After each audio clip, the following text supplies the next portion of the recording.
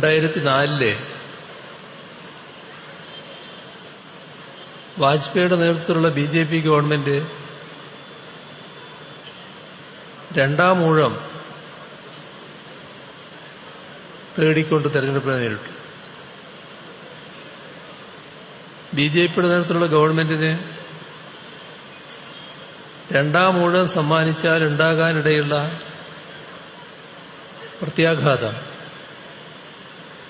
രാജ്യത്തിനുണ്ടാക്കുന്ന അപകടാവസ്ഥ ബോധ്യമുള്ള ജനങ്ങൾ വാജ്പേയിയുടെ നേതൃത്വത്തിലുള്ള BJPയെ ആ തെരഞ്ഞെടുപ്പിൽ പരാജയപ്പെടുത്തി. അവർക്ക് ഭൂരിപക്ഷം കിട്ടിയില്ല. ജനാഭിലാഷം മാനിച്ച് കോൺഗ്രസ് എന്താണെന്ന് നല്ലതുപോലെ അറിയാവുന്ന ഇടതുപക്ഷം BJPയുടെ തുടർഭരണം ഒഴിവാക്കുന്നതിനായി കോൺഗ്രസിനെ സർക്കാർ രൂപീകരിക്കുന്നതിന് പിന്താങ്ങാൻ തീരുമാനിച്ചു. അതായിരുന്നു ഒന്നാം UPA സർക്കാർ. ഇടതുപക്ഷത്തിന്റെ പിന്തുണ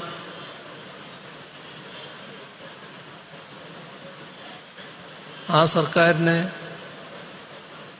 ഉണ്ടായിരുന്നതുകൊണ്ട് കോൺഗ്രസിന്റെ ശരിയായ സ്വഭാവം പല ഘട്ടങ്ങളിലും നടപ്പാക്കാനായില്ല. അതിനോട് ഇടതുപക്ഷം യോജിക്കാതിരുന്നു. മാത്രമല്ല, ഒട്ടേറെ കാര്യങ്ങൾ നാടിനനുകൂലമായ, ജനങ്ങൾക്കനുകൂലമായ നടപടികളെന്ന നിലക്ക് വരികയും ചെയ്തു. അതിലൊന്നായിരുന്നു തൊഴിലുറപ്പ് പദ്ധതി. മറ്റൊന്നാണ് വനാവകാശ നിയമം. ഇത്തരത്തിലുള്ള പല നടപടികൾ ആ ഗവൺമെന്റ് സ്വീകരിക്കേണ്ടി വന്നു. ലോകത്ത് സാമ്പത്തിക രംഗത്ത്, ബാങ്കിംഗ് മേഖലയിലും മറ്റും വലിയ പരിഷ്കാരങ്ങൾ നടപ്പാക്കിയ ഒരു കാലമായിരുന്നു അത്. പല രാജ്യങ്ങളും അത്തരം പരിഷ്കാരങ്ങൾ നടപ്പാക്കുന്നു. അതിവിടെയും വേണം എന്ന് കോൺഗ്രസ് ആഗ്രഹിച്ചു. പക്ഷെ ഇടതുപക്ഷം അതിനെ അനുകൂലിച്ചില്ല. അതുകൊണ്ട് തന്നെ ഇവിടെ നടപ്പായില്ല. പക്ഷേ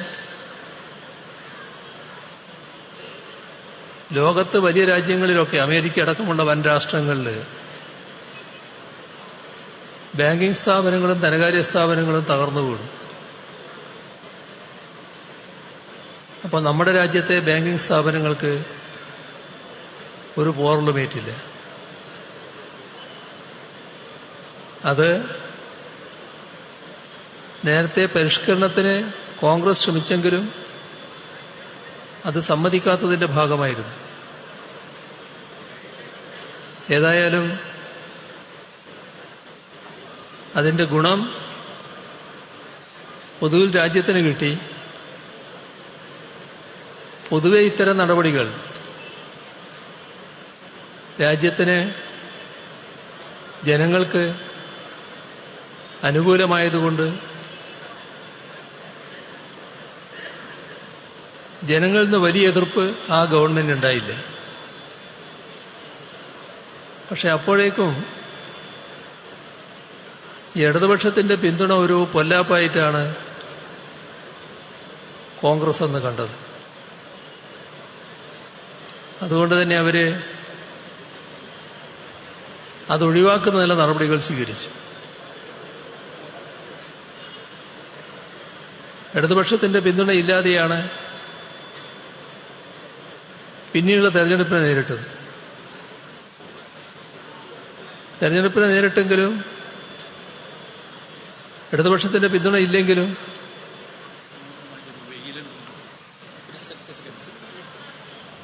ആ സർക്കാർ തുറന്ന അധികാരത്തിൽ വന്നു.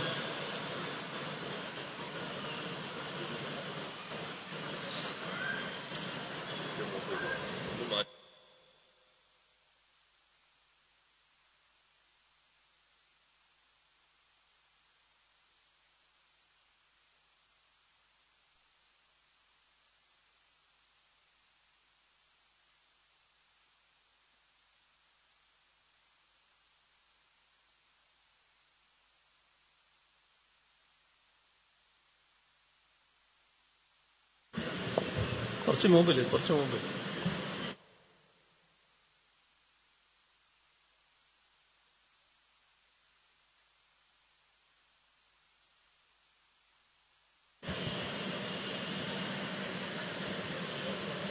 അപ്പൊ നമ്മളെ മാധ്യമങ്ങൾക്കൊരു വാർത്തയായി വീണ്ടും മൈക്ക്.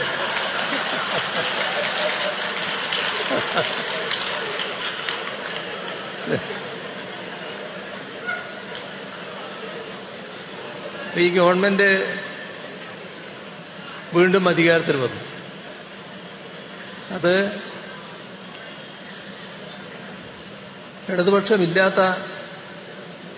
ഇടതുപക്ഷത്തിന്റെ പിന്തുണ ഇല്ലാത്ത ഗവൺമെന്റ് ആയതുകൊണ്ട് കോൺഗ്രസ് ആഗ്രഹിക്കുന്ന കാര്യങ്ങളൊക്കെ അവർക്ക് നടപ്പാക്കാമെന്നായി. കോൺഗ്രസിന് ഒന്നാം UPA കാലത്ത് നടപ്പാക്കാൻ കഴിയാതിരുന്നൊരു കാര്യമുണ്ടായിരുന്നു. അത് തൊട്ടു മുന്നിലുള്ള വാജ്പേയിയുടെ ഗവൺമെന്റ് കാലത്ത്, BJP ഗവൺമെന്റ് കാലത്ത് ആസിയാൻ കരാറിന്റെ ആദ്യഘട്ടങ്ങൾ പൂർത്തിയാക്കിയിരുന്നു. പക്ഷെ കരാർ ഒപ്പിട്ടിരുന്നില്ല. കരാർ ഒപ്പിടണം എന്ന് കോൺഗ്രസ് ആഗ്രഹിച്ചു. അപ്പൊ ഇടതുപക്ഷം അതിനെ അനുകൂലിച്ചില്ല. കാരണം അതുണ്ടാക്കാനിടയുള്ള പ്രത്യാഘാതത്തെക്കുറിച്ച് ഇടതുപക്ഷത്തിന് നല്ല ബോധ്യമുണ്ടായിരുന്നു. ഏതായാലും ഇടതുപക്ഷത്തിന്റെ പിന്തുണ ഇല്ലാത്ത സാഹചര്യത്തിൽ ആസിയാൻ കരാർ ഒപ്പിട്ടു. ആസിയാൻ കരാർ ഒപ്പിട്ട് അതുണ്ടാക്കാനിടയുള്ള ആപത്തിനെക്കുറിച്ച് ബോധ്യമുള്ള ഇടതുപക്ഷം രാജ്യത്തും LDF കേരളത്തിലും അതിനെ ശക്തമായി എതിർത്തു. അപ്പോ കോൺഗ്രസിന്റെ MPമാരടക്കമുള്ള പ്രധാന നേതാക്കളെല്ലാം ഇതിന്റെ മഹിമ, ഇതുണ്ടാക്കാനിടയുള്ള നന്മ, കാർഷിക രംഗത്ത് വരുത്താനിടയുള്ള മാറ്റം, കൃഷിക്കാർക്ക് വരാനിടയുള്ള അഭിവൃദ്ധി, ഇതെല്ലാം വലിയ തോതിൽ പ്രചരിപ്പിക്കാനാണ് തയ്യാറായത്. ആ കരാറിന്റെ ദുരന്തം അനുഭവിച്ചുകൊണ്ടിരിക്കുന്നവരാണ് നമ്മുടെ നാട്ടിലെ കൃഷിക്കാർ. പ്രത്യേകിച്ച് റബ്ബർ മേഖല. റബ്ബർ, ഇന്ത്യയിലെ 90% റബ്ബർ നമ്മുടെ കേരളത്തിൻ്റെതായിരുന്നു. എത്ര ഐശ്വര്യത്തോടെയാണ് റബ്ബർ കർഷകര് നാട്ടിൽ ജീവിച്ചിരുന്നെന്ന് ഓർക്കുക. കാരണം നല്ല കാർഷിക രംഗം, നല്ല വരുമാനം, അന്തസ്സുറ്റ ജീവിതം നയിക്കാൻ കർഷകർക്ക് കഴിഞ്ഞു. പക്ഷേ ആസിയാൻ കരാർ ഒപ്പിട്ടതോടെ എല്ലാം തകിടം മറിഞ്ഞു. നമ്മുടെ നാട്ടിലേക്ക് സ്വാഭാവിക റബ്ബർ ഇറക്കുമതി ചെയ്യുന്നതിന് തടസ്സമില്ലാതായി. ആസിയാൻ രാജ്യങ്ങളിൽ നിന്നും റബ്ബർ ഇങ്ങോട്ട് വന്നു. വലിയ ആഘാതം കർഷകർക്കത് നൽകി. മനംമടുത്ത കർഷകർ റബ്ബർ കൃഷിയോട് തന്നെ വൈമുഖ്യം കാണിച്ചു. 90% ഉൽപ്പാദിപ്പിച്ചിരുന്ന നാട് ഇപ്പം 70% മാത്രമേ ഉൽപ്പാദിപ്പിക്കുന്നുള്ളൂ. ആവശ്യമായ തോതിൽ വില ലഭിക്കുന്നില്ല. ഇതെല്ലാം ആസിയാൻ കരാറിന്റെ ഭാഗമായി സംഭവിച്ചതാണ്. ഇതിന്റെ തുടർച്ചയായി കാണാൻ കഴിയുന്നൊരു വസ്തുത, ടയർ കമ്പനികളാണ് വലിയ തോതിൽ കൊള്ളലാഭം അടിച്ചത്. അവർക്ക് തുച്ഛമായ വിലക്ക് കൃഷിക്കാരിൽ നിന്ന് റബ്ബർ സംഭരിക്കാൻ കഴിഞ്ഞു. അപ്പോൾ കൃഷിക്കാർക്ക് ന്യായമായ വില കൊടുക്കാതിരിക്കുക, അതിനാണ് ഇന്ത്യ ഗവൺമെന്റിന്റെ കമ്മീഷൻ നമ്മുടെ ടയർ കമ്പനികൾക്ക് കർഷകരെ വഞ്ചിച്ചതിനും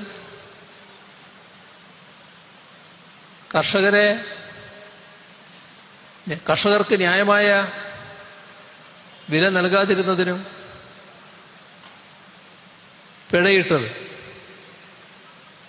ടയർ കമ്പനികൾ അടക്കേണ്ട പിഴ 1800 കോടി രൂപ. അത് വന്നപ്പോൾ BJP ഗവൺമെന്റാണ്. ഇവിടെ ശ്രദ്ധിക്കേണ്ട കാര്യം, കോൺഗ്രസിനും BJPക്കും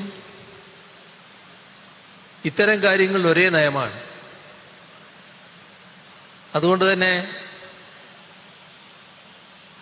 BJPയുടെ നയം കോൺഗ്രസിന് ഏറ്റെടുക്കാനും കോൺഗ്രസിന്റെ നയം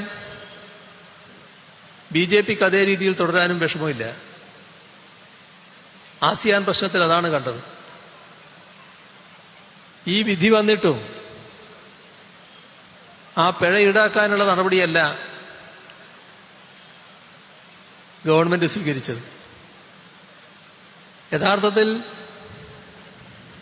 ആ 1800 കോടി രൂപ കൃഷിക്കാർക്ക് അർഹതപ്പെട്ടതാണ്. പിഴ ഈടാക്കി കൃഷിക്കാർക്ക് നൽകുകയാണ് വേണ്ടത് എന്ന് ഇടതുപക്ഷം രാജ്യത്തും LDF കേരളത്തിലും ആവശ്യപ്പെട്ടു. എന്നാൽ ടയർ കമ്പനികൾ പോയൊരു സ്റ്റേ സമ്പാദിച്ചപ്പോൾ BJP ഗവൺമെന്റ് അതിനോടൊപ്പമായി. ഒന്നും നടപ്പാക്കാൻ തയ്യാറായില്ല. ഇപ്പോ കേരളത്തിൽ റബ്ബർ കർഷകർക്ക് ന്യായമായ വില ഉറപ്പാക്കാൻ ചുരുങ്ങിയത് 250 രൂപയെങ്കിലും അനുവദിക്കണമെന്ന്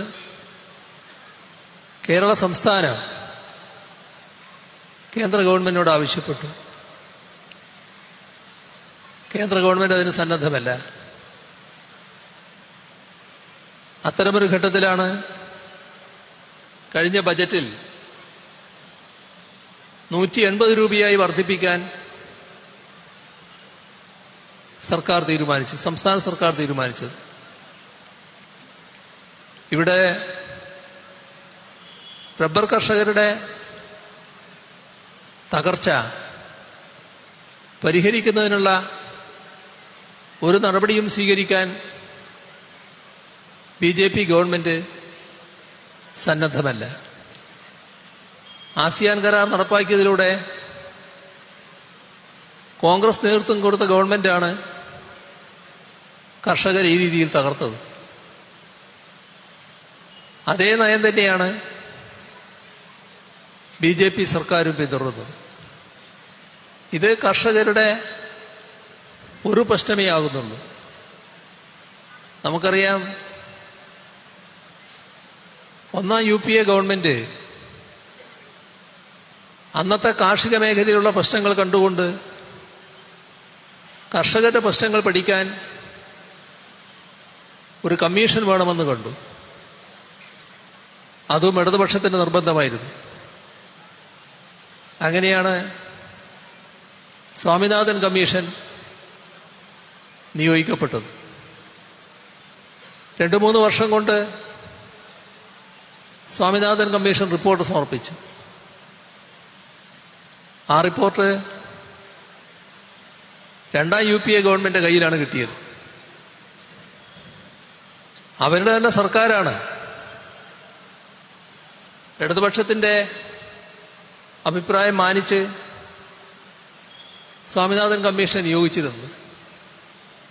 പക്ഷെ കമ്മീഷൻ റിപ്പോർട്ട് കിട്ടിയപ്പോൾ ഇടതുപക്ഷത്തിന്റെ പിന്തുണയില്ല. കോൺഗ്രസ് എന്താ ചെയ്ത്? കോൺഗ്രസ് പറഞ്ഞത് ഈ റിപ്പോർട്ട് നടപ്പിലാക്കിയാൽ മാർക്കറ്റ് ആകെ കുഴപ്പത്തിലാവും. സ്വാമിനാഥൻ പറഞ്ഞത് നമ്മുടെ കാർഷിക വിളകൾക്ക് താങ്ങുവില നൽകണമെന്നായിരുന്നു. അത്തരമൊരു നടപടി സ്വീകരിക്കാൻ പറ്റില്ല, അത് മാർക്കറ്റ് അവതാളത്തിലാക്കും. അതുകൊണ്ട് തന്നെ ഈ റിപ്പോർട്ടേ സ്വീകരിക്കാൻ പറ്റില്ല, റിപ്പോർട്ട് തള്ളുന്നു. ഇതാണ് രണ്ടാം UPA സർക്കാർ തീരുമാനിച്ചത്. ഇപ്പോൾ കൃഷിക്കാർക്കെതിരായ നടപടി. ഇപ്പോ കോൺഗ്രസിന്റെ പ്രകടന പത്രികയിൽ സ്വാമിനാഥൻ കമ്മീഷൻ റിപ്പോർട്ടിന് അനുസരിച്ച് കർഷകർക്ക് താങ്ങുവില നടപ്പാക്കും എന്ന് പറഞ്ഞിട്ടുണ്ട്. നല്ലത്. അത് ആത്മാർത്ഥയോടെയാണെങ്കിൽ, നടപ്പാക്കാൻ ഉദ്ദേശിച്ചുകൊണ്ടാണെങ്കിൽ, ഞങ്ങൾ നേരത്തെ ഇങ്ങനെയൊരു നിലപാടെടുത്തിരുന്നു, അത് ഞങ്ങൾ തിരുത്തുന്നു എന്നുകൂടി അതിനോടൊപ്പം പറയണമായിരുന്നു. അല്ലെങ്കിൽ തെരഞ്ഞെടുപ്പ് കാലത്ത് കർഷകരെ വഞ്ചിക്കാൻ സ്വീകരിക്കുന്ന സാധാരണ കോൺഗ്രസിന്റെ ഒരു വാഗ്ദാനമായിട്ട് മാത്രമേ അത് കണക്കാക്കാനാവൂ. ഇത്തരത്തിലുള്ള എത്രയോ വാഗ്ദാനങ്ങൾ നമ്മുടെ രാജ്യത്തെ കർഷകർക്ക് നടപ്പാക്കാത്തവയായി അനുഭവത്തിലുള്ളതുമാണ്. ഇവിടെ കോൺഗ്രസിന്റെ രണ്ടാം UPA ഗവൺമെന്റ് ഒരുപാട് ജനവിരുദ്ധ നടപടികളാണ് സ്വീകരിച്ചത്. അതിന്റെ ഫലമെന്തായിരുന്നു? ജനങ്ങളാകെ അസംതൃപ്തിയിലായി. ആ അതൃപ്തരായ ജനങ്ങളുടെ മുന്നിൽ ഒരുപാട് വാഗ്ദാനങ്ങളുമായാണ് BJP പ്രത്യക്ഷപ്പെട്ടത്. ഓർമ്മയില്ലേ?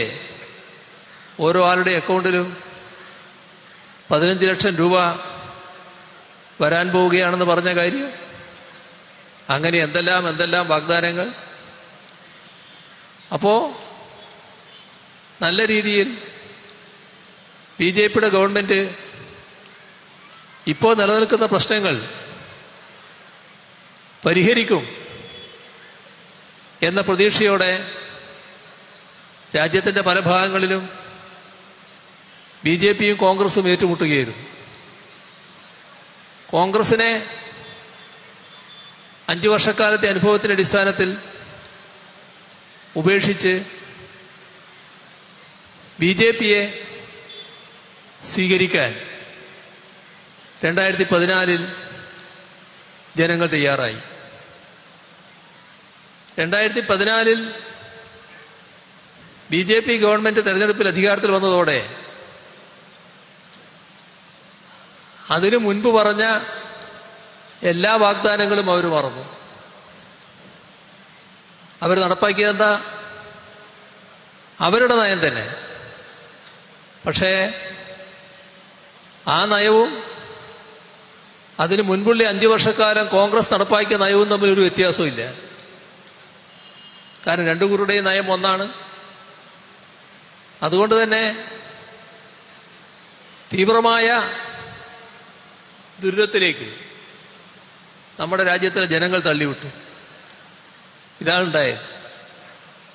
ജനങ്ങളെ ദുരിതത്തിലേക്ക് തള്ളിവിടുന്ന നയമാണ് തുടർച്ചയായി BJP നടപ്പാക്കിയത്. അപ്പോ 2019 ആയപ്പോ നമ്മുടെ രാജ്യത്ത് BJP-യുടെ ഗവൺമെന്റ് അധികാരത്തിൽ വന്നുകൂടാ എന്ന പൊതുവികാരം, തുടർഭരണം ഉണ്ടായിക്കൂടാ എന്ന പൊതുവികാരം ശക്തമായി. ആ തെരഞ്ഞെടുപ്പിൽ കേരളത്തിലുണ്ടായൊരു കാര്യം നമ്മൾ ഓർക്കുന്നത് നല്ലതാണ്. 2019 അതായത് കഴിഞ്ഞ തെരഞ്ഞെടുപ്പ്. ആ കഴിഞ്ഞ തെരഞ്ഞെടുപ്പിൽ നമ്മുടെ സംസ്ഥാനത്ത് തെരഞ്ഞെടുപ്പിനൊരു ഘട്ടം കഴിഞ്ഞപ്പോൾ കോൺഗ്രസ് പ്രചരിപ്പിച്ചൊരു കാര്യമുണ്ട്. അത് ഈ തെരഞ്ഞെടുപ്പിൽ ആർക്കും കേവല ഭൂരിപക്ഷം ഉണ്ടാകില്ല. അപ്പോ സർക്കാർ രൂപീകരിക്കാൻ ക്ഷണിക്കുക, ഏത് പാർട്ടിക്കാണോ അംഗബലം കൂടുതൽ ആ പാർട്ടിയായിരിക്കും.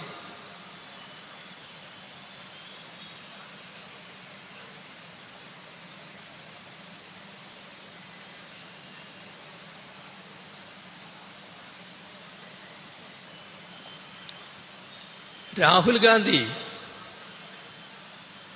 ഗവൺമെന്റ് രൂപീകരിക്കണമെങ്കിൽ കോൺഗ്രസിന് അംഗബലം കൂടണം.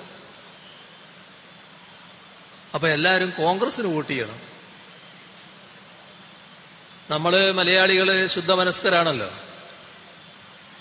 ഒരു വിഭാഗം ആളുകള് ഈ പറഞ്ഞത് ശരിയല്ലേ എന്ന് കണക്കാക്കി. അവര് കണക്കൂട്ടിയത് ഇവിടെ ഇപ്പോ LDF ആയാലും UDF ആയാലും രണ്ടു കൂട്ടരും BJP-ക്ക് എതിര്.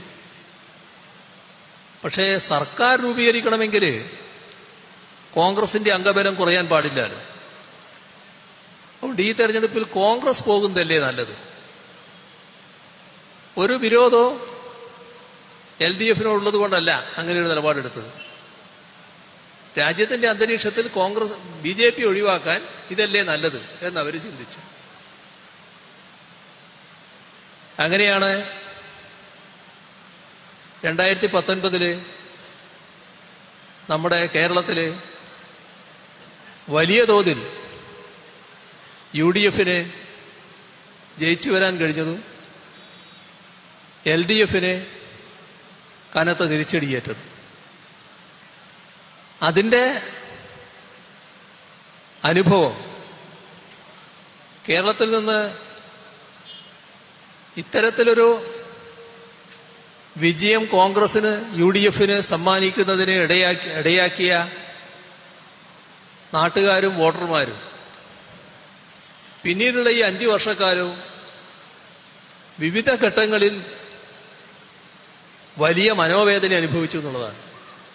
ഞങ്ങളാണല്ലോ ഇതിനിടയാക്കിയത്, ഇവരെയാണല്ലോ ഞങ്ങൾ തെരഞ്ഞെടുത്ത് അയച്ചത് എന്ന് ചിന്തിച്ച് വേദനിച്ച നമ്മുടെ നാട്ടിലെ ജനങ്ങൾ ഈ 5 വർഷക്കാലവും അനുഭവിക്കേണ്ടി വന്ന ആ വേദനയാണ്. 2019 നരേന്ദ്രമോദിയുടെ ഗവൺമെന്റ് വീണ്ടും അധികാരത്തിൽ വരികയാണ്. അതോടെ RSS അജണ്ട കൃത്യമായി നടപ്പാക്കൽ ആരംഭിച്ചു. നേരത്തെയും RSS നിർദ്ദേശമനുസരിച്ച് തന്നെയാണ് BJP പ്രവർത്തിച്ചുകൊണ്ടിരിക്കുന്നത്. പക്ഷേ 2014 മുതൽ 19 വരെയുള്ള 5 വർഷക്കാലം നരേന്ദ്രമോദിയുടെ ഒന്നാമത്തെ ടേം എന്ന നിലക്ക് കടുത്ത അജണ്ടകൾ ആ ഘട്ടത്തിൽ പുറത്തെടുത്തില്ല. 2019 തെരഞ്ഞെടുപ്പ് കഴിഞ്ഞ് രണ്ടാം ഊഴം BJP സർക്കാരിന് കിട്ടിയപ്പോൾ പിന്നെ കാലതാമസം ഉണ്ടായില്ല. നേരെ RSS അജണ്ട നടപ്പാക്കാൻ ആരംഭിച്ചു. അതിലേറ്റവും പ്രധാനം നമ്മുടെ രാജ്യത്തിന്റെ മതനിരപേക്ഷത. ആ മതനിരപേക്ഷത RSS അംഗീകരിക്കുന്നില്ല. രാഷ്ട്രം ഒരു മതാധിഷ്ഠിത രാഷ്ട്രമാകണമെന്നാണ് RSSന്റെ താല്പര്യം. നമ്മുടെ രാഷ്ട്രം മതനിരപേക്ഷ രാഷ്ട്രമാണെന്നത് ഭരണഘടനയിലൂടെയാണ് നാം പ്രഖ്യാപിച്ചത്. ആ ഭരണഘടന അംഗീകരിച്ച നാൾ തൊട്ട് RSS അതിനെതിരാണ്. ശക്തമായ വിമർശനം RSS ഭരണഘടനയ്ക്കെതിരെ ഉയർത്തിയിട്ടുണ്ട്. അതിനെന്താ കാരണം? മനുവിന്റെ നിയമങ്ങൾ അംഗീകരിക്കാത്ത ഭരണഘടനയാണ്. മനുവിനെയും മനുവിന്റെ നിയമങ്ങളെയും മനസ്സിലാക്കാൻ കഴിയാത്ത ഭരണഘടനാ പണ്ഡിതർ എന്ന് പറഞ്ഞുകൊണ്ടാണ് RSS ഭരണഘടനാ നിർമ്മാണ സഭയെ പരിഹസിച്ചത്. സവർക്കർ കൃത്യമായി പറഞ്ഞു, മനുവിന്റെ നിയമമാണ് ഹിന്ദുവിന്റെ നിയമം. RSSന്റെ നിലപാടനുസരിച്ച് പാശ്ചാത്യ സംസ്കാരം ഉൾക്കൊള്ളുന്ന ഒന്നാണ് നമ്മുടെ ഭരണഘടന. ഇതിന് രാജ്യത്തിന്റെ നൂറ്റാണ്ടുകൾ പഴക്കമുള്ള നിയമങ്ങൾ അറിയില്ല, അത് ഉൾക്കൊള്ളാൻ തയ്യാറായിട്ടില്ല, മനുസ്മൃതി ഉൾക്കൊള്ളാൻ തയ്യാറായില്ല. ഇതായിരുന്നു വിമർശനം. ഇപ്പോൾ മനുവും മനുവിന്റെ നിയമവും ഉള്ള ഭരണഘടനയാണ് വേണ്ടത്. അതായിരുന്നു RSS ആഗ്രഹിച്ചത്. ഈ 2019 ആയപ്പോ വീണ്ടും അധികാരത്തിൽ വന്നപ്പോ ആദ്യമേ തന്നെ RSS അജണ്ട നടപ്പാക്കാൻ തയ്യാറായതിന്റെ ഭാഗമായാണ് പൗരത്വ നിയമ ഭേദഗതി കേന്ദ്ര ഗവൺമെന്റ് കൊണ്ടുവന്നത്. അത് 2019 ആ പൗരത്വ നിയമ ഭേദഗതിയിലൂടെ നമ്മുടെ രാജ്യം പൗരത്വത്തിന്റെ അടിസ്ഥാനം മതമാക്കി മാറ്റുക. ലോകത്ത് പരിഷ്കൃത രാഷ്ട്രങ്ങളൊന്നും പൗരത്വത്തിന്റെ അടിസ്ഥാനം മതമാക്കിയിട്ടില്ല. മാത്രമല്ല, നമ്മുടെ തൊട്ടുകിടക്കുന്ന പാകിസ്ഥാൻ, ബംഗ്ലാദേശ്, അഫ്ഗാനിസ്ഥാൻ ഇവിടങ്ങളിൽ നിന്ന് ഇങ്ങോട്ട് വരുന്ന അഭയാർത്ഥികളെയാണ് ഈ നിയമം കൈകാര്യം ചെയ്യുന്നത്. അഭയാർത്ഥികള് മിക്ക രാജ്യങ്ങളും നേരിടുന്ന പ്രശ്നമാണ്.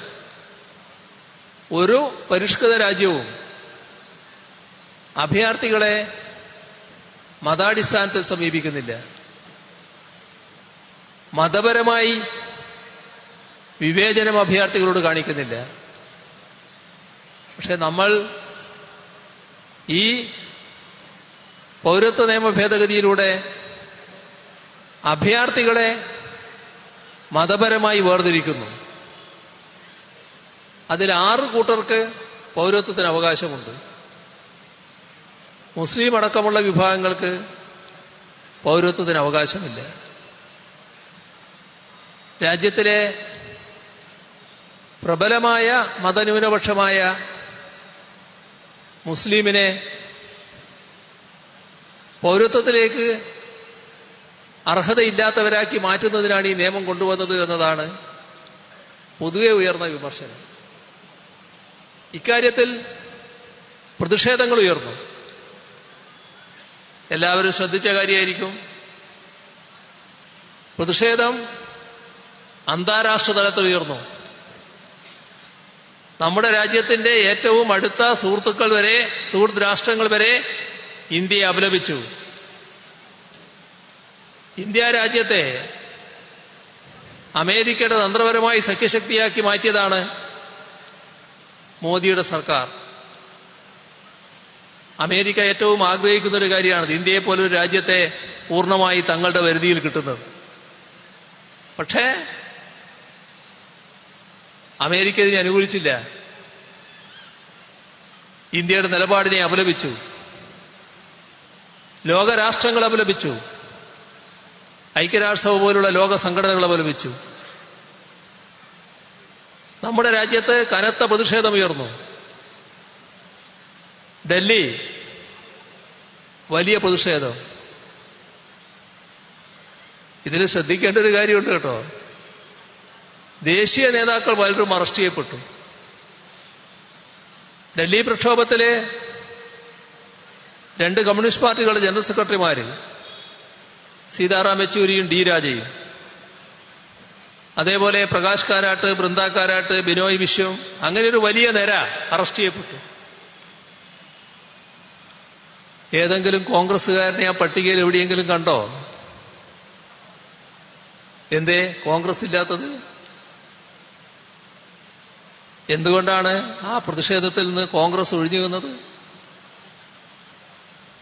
അല്ലെങ്കിൽ ആ ഒഴിഞ്ഞു നിൽക്കലിലൂടെ BJP ഗവൺമെന്റ് കൊണ്ടുവന്ന സംഘപരിവാർ അജണ്ടയെ പിന്താങ്ങുന്ന നില എന്തുകൊണ്ട് കോൺഗ്രസ് സ്വീകരിച്ചു?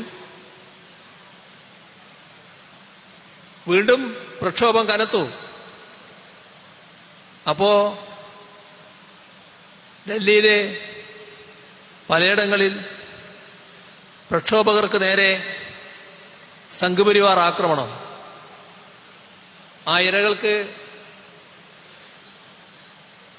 സംരക്ഷണമൊരുക്കാൻ ഇടതുപക്ഷ എംപിമാരും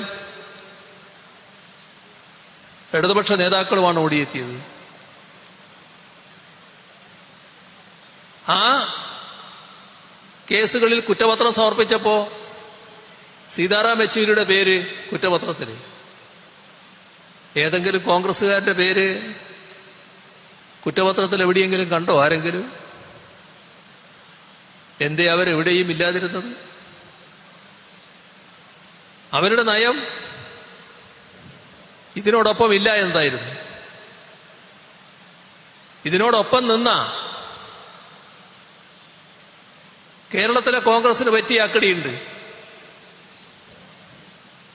ഓർമ്മയില്ലേ? ഈ നിയമം പാസാക്കിയ ഉടനെ അർത്ഥശങ്കക്കിടയില്ലാതെ കേരളം പ്രഖ്യാപിച്ചു, ഈ നിയമം കേരളത്തിൽ നടപ്പാക്കില്ല എന്ന്. അത് വ്യക്തമായ നിലപാടായിരുന്നു സർക്കാരിൻ്റെ. പക്ഷെ അവിടെ മാത്രം നിന്നില്ല നമ്മൾ.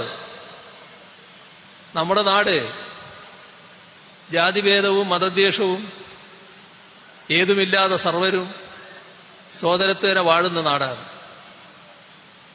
അത്തരമൊരു നാടിന്റെ കൂട്ടായ പ്രതിഷേധം ഇതിനെതിരെ ഉയരണമെന്ന് കണ്ടു. അങ്ങനെയാണ് തിരുവനന്തപുരത്ത്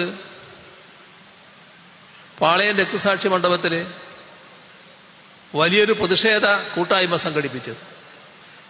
പ്രതിപക്ഷ നേതാവും പ്രതിപക്ഷ നേതാക്കളും സമൂഹത്തിലെ വിവിധ സാമൂഹ്യ സംഘടനകളും എല്ലാം അണിനിരന്നു. കേരളത്തിന്റെ പൊതുവികാരം ശക്തമായി പ്രകടിപ്പിക്കപ്പെട്ടു. തൊട്ടു പിന്നാലെ സർവകക്ഷി യോഗം. ആ സർവകക്ഷി യോഗവും അപലപിച്ചു. അതിനു പിന്നാലെ പ്രത്യേക നിയമസഭാ യോഗം. പ്രത്യേക നിയമസഭാ യോഗത്തില് പ്രതിപക്ഷ നേതാവും പ്രതിപക്ഷ നേതാക്കളും എല്ലാം ഉണ്ടായി. നിയമസഭ ഇവരുടെ എല്ലാ സാന്നിധ്യത്തിൽ ഏകണ്ഠമായി ഈ നിയമഭേദഗതി പിൻവലിക്കണമെന്ന് ആവശ്യപ്പെട്ടു. ഇതെല്ലാം യോജിച്ചാണ് നടന്നത്. സംസ്ഥാന സർക്കാർ ഈ നിയമം ഭരണഘടനയ്ക്ക് വിരുദ്ധമാണ് എന്നതുകൊണ്ട് സുപ്രീം കോടതിയെ സമീപിച്ചു. അതിന്റെ ഭരണഘടനാ സാധുത ചോദ്യം ചെയ്തുകൊണ്ട് LDFന്റെ നേതൃത്വത്തിൽ മഞ്ചേശ്വരം മുതൽ പാറശാല വരെ നാം സംഘടിപ്പിച്ച മനുഷ്യച്ചങ്ങലയിൽ നിങ്ങളെല്ലാവരും, നിങ്ങളിൽ പലരും ഭാഗഭാക്കായിട്ടുണ്ടാവും. ഇതെല്ലാം 2019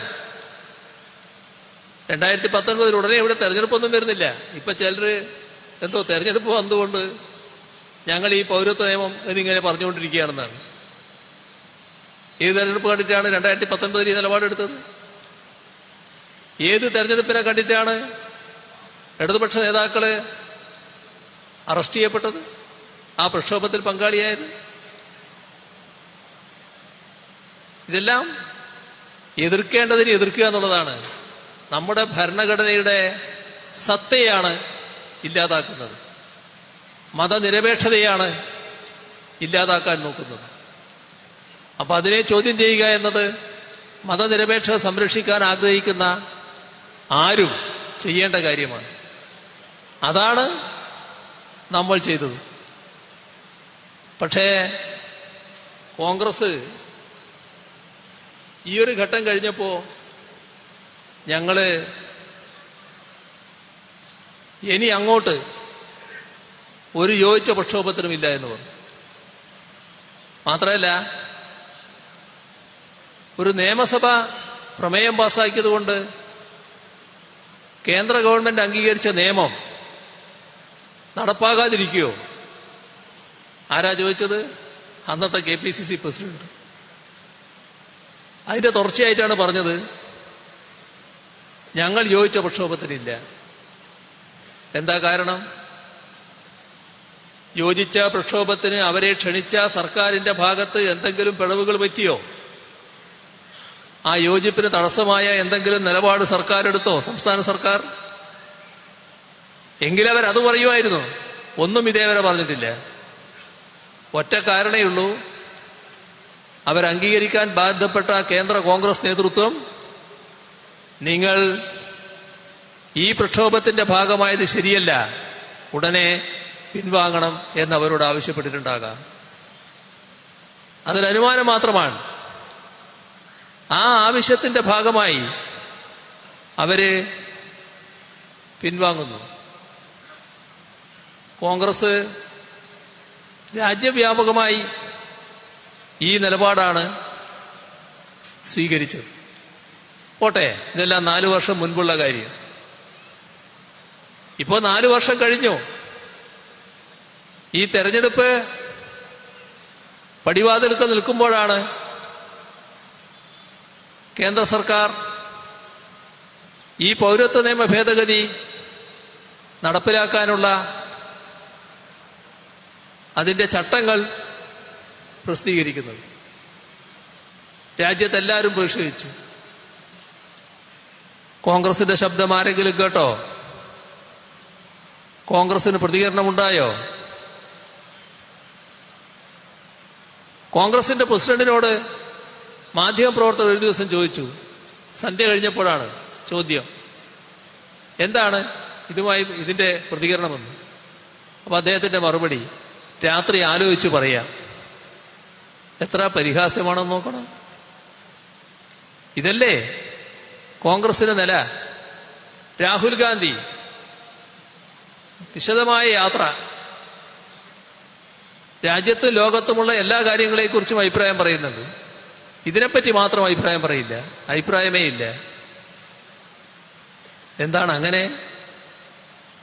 ഇപ്പോ പാർട്ടികള് തെരഞ്ഞെടുപ്പ് പ്രകടന പത്രിക പ്രസിദ്ധീകരിക്കുന്നു.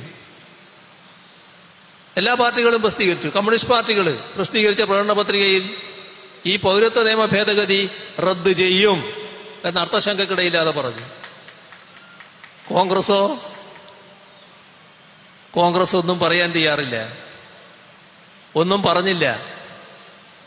പറഞ്ഞില്ല എന്ന് ഞങ്ങൾ പറഞ്ഞപ്പോ നമ്മുടെ കേരളത്തിലെ പ്രതിപക്ഷ നേതാവ് ക്ഷുഭിതനായിക്കൊണ്ട് പറയാണ്, അതിത് വായിക്കാത്തതുകൊണ്ടാണ്.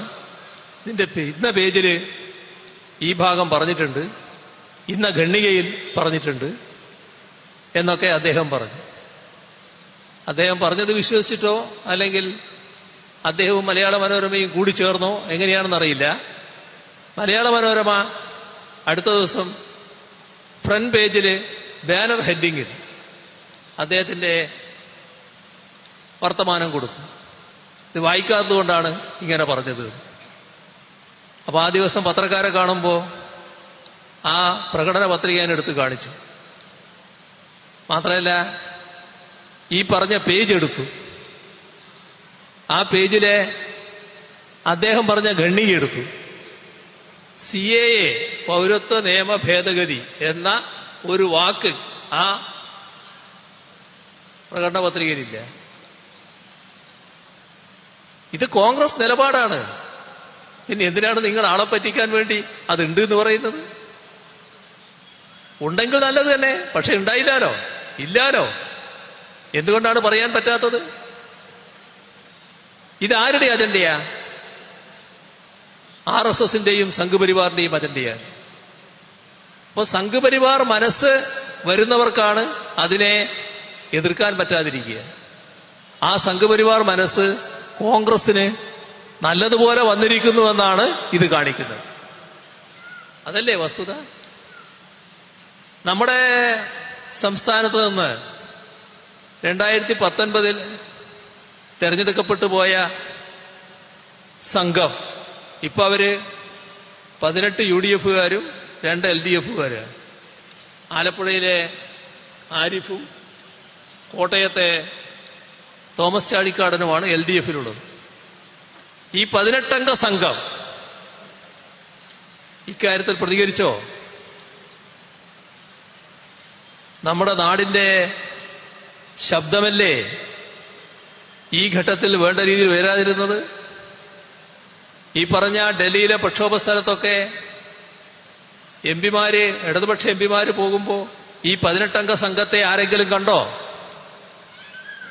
എന്തേ 18 അംഗ സംഘത്തിന് പോകാൻ കഴിയാതിരുന്നത്?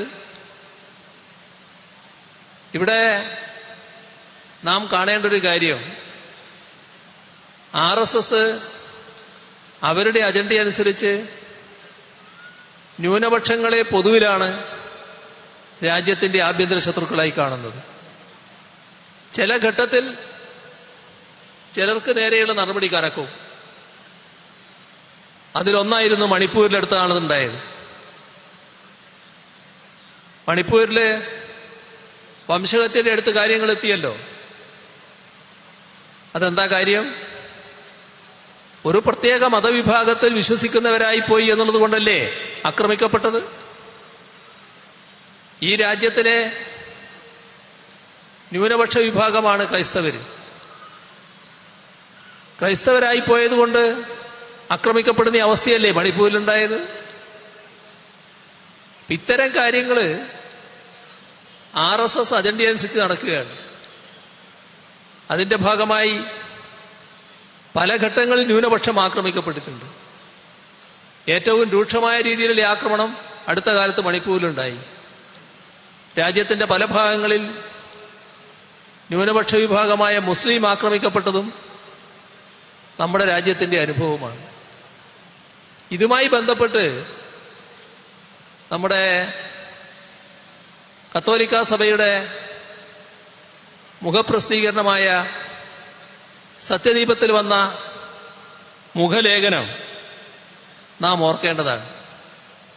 അതില് പറഞ്ഞൊരു കാര്യം, ഇവിടെ ഏകീകൃത സിവിൽ കോഡ് വന്നപ്പോ അത് മുസ്ലിമിനെയാണ് ബാധിക്കുക എന്നാണ് പൊതുവെ വന്നിട്ടുള്ള ചിത്രീകരണം. എന്നാൽ നമ്മുടെ രാജ്യത്ത് വ്യത്യസ്ത വിഭാഗങ്ങളുണ്ട്. അവർക്ക് വിവിധ രീതിയിലുള്ള സംസ്കാരങ്ങൾ, വിവിധ രീതിയിലുള്ള ജീവിതശൈലികൾ, വിവിധ തരത്തിലുള്ള വ്യക്തി നിയമങ്ങൾ എല്ലാമുണ്ട്. ഇതിനെ ആകെ ഏകീകരിക്കുക എന്ന് പറയുന്നത് ഈ എല്ലാ വിഭാഗത്തിനുമെതിരെയുള്ള നടപടിയാണ്. ഇത് മുസ്ലിമിനെതിരെയുള്ള നടപടി മാത്രമല്ല, ഈ രാജ്യത്തുള്ള വ്യത്യസ്ത വിഭാഗങ്ങൾക്കെതിരെയുള്ള നടപടി കൂടിയാണ് എന്നാണ് സത്യദീപം ചൂണ്ടിക്കാണിച്ചത്. ശരിയായ നിലപാടാണത്. ഇത്തരം കാര്യങ്ങളിൽ കോൺഗ്രസിനോ നമ്മുടെ 18 അംഗ സംഘത്തിനോ ശരിയായ നിലപാട് സ്വീകരിക്കാൻ കഴിഞ്ഞിട്ടുണ്ടോ? ഇപ്പോ കാണേണ്ട ഒരു കാര്യം, നമ്മുടെ രാജ്യത്ത് ഭരണഘടനയുടെ 370-ാം വകുപ്പ് ജമ്മു കാശ്മീരിന്റെ സംസ്ഥാന പദവി ഒരു ദിവസം ആഭ്യന്തരമന്ത്രി സഭയിൽ എഴുന്നേറ്റ് നിന്ന്, പാർലമെന്റിൽ എഴുന്നേറ്റ് നിന്ന് ഒരു കടലാസ് വായിക്കുന്നതോടെ ഇല്ലാതാവുകയാണ്. എന്തൊരാശ്ചര്യമാണ്! ഇതിനെല്ലാം നേതമായ നടപടിക്രമങ്ങളുണ്ട്. ഒന്നും ഞങ്ങൾക്ക് ബാധകമല്ല. എന്താണ് നിലപാട്? RSS അജണ്ട, അതാണ് 370 റദ്ദ് ചെയ്യുക എന്നുള്ളത്.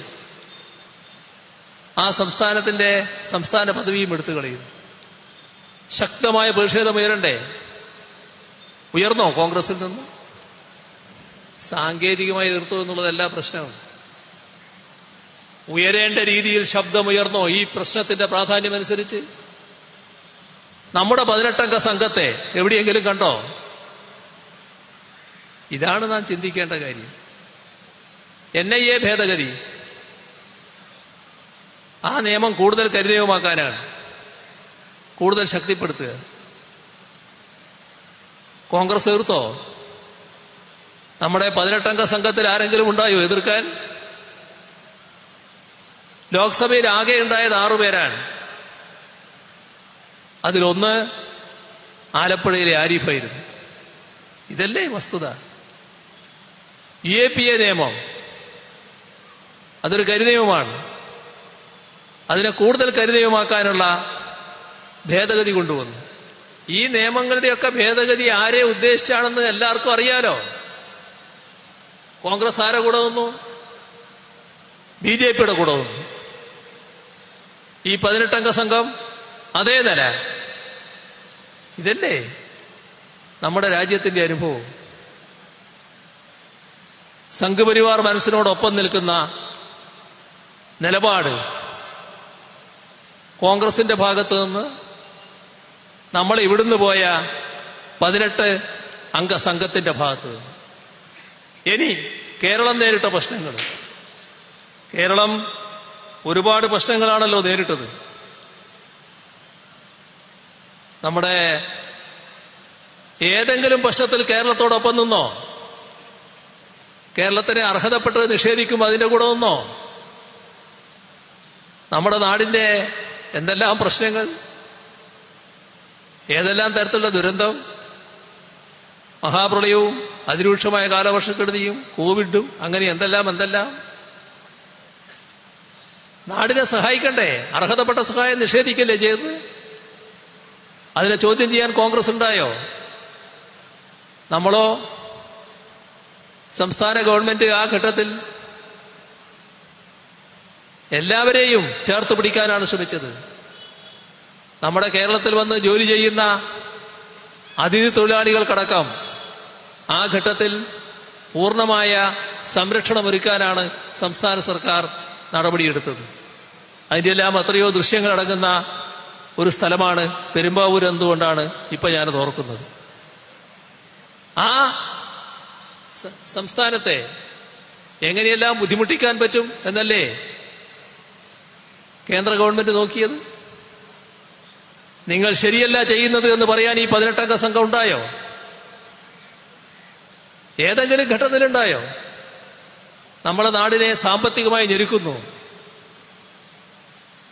അതിനെ എതിർക്കാൻ തയ്യാറായോ? ഇവരോട്, MP-മാരോട് സർക്കാർ ആവശ്യപ്പെടുന്നു, നിങ്ങൾ എല്ലാവരും കൂടി കേന്ദ്ര ധനമന്ത്രിയെ കാണണം. 2 തവണ യോഗത്തിൽ സമ്മതിക്കും, പോയി അതിന് വിരുദ്ധമായ നിലപാട് സ്വീകരിക്കും. 2ാമത്തെ തവണ പറഞ്ഞു, ഞങ്ങള് ഒപ്പിടണമെങ്കിൽ, നിവേദനത്തിൽ ഒപ്പിടണമെങ്കിൽ ഒരു വാചകം എഴുതണം, കേരളത്തിന്റെ കെടുകാര്യസ്ഥതയാണ് ഇതിനിടയാക്കുന്നത് എന്ന്. എങ്ങനെയുണ്ട്? കേന്ദ്ര സർക്കാർ കാണിക്കുന്ന അവഗണന, കേന്ദ്ര സർക്കാരിന്റെ വിവേചനം, അതിനെതിരെ കേരളം നൽകുന്ന നിവേദനം. അപ്പൊ ആ നിവേദനത്തിൽ പറയണം, ഇതൊന്നും നിങ്ങളുടെ കുറവ് കൊണ്ടല്ല, ഞങ്ങളുടെ സംസ്ഥാനത്തൊരു സർക്കാരുണ്ട്, ആ സർക്കാരിന്റെ കെടുകാര്യസ്ഥ കൊണ്ടാണ് സംഭവിക്കുന്നത് എന്ന്. ഇതാണ് കോൺഗ്രസിന്റെ സമീപനം. ഇതാണ് ഈ 18 സംഘത്തിന്റെ സമീപനം.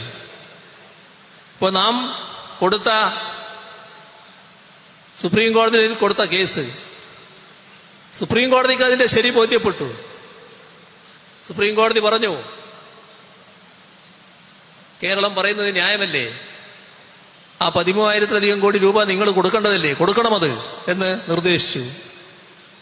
നമുക്ക് അർഹതപ്പെട്ട പണമാണത്. ആ അർഹതപ്പെട്ട പണം കിട്ടുന്നതിനാണ് സുപ്രീം കോടതിയുടെ നിർദ്ദേശം വേണ്ടി വരുന്നത്.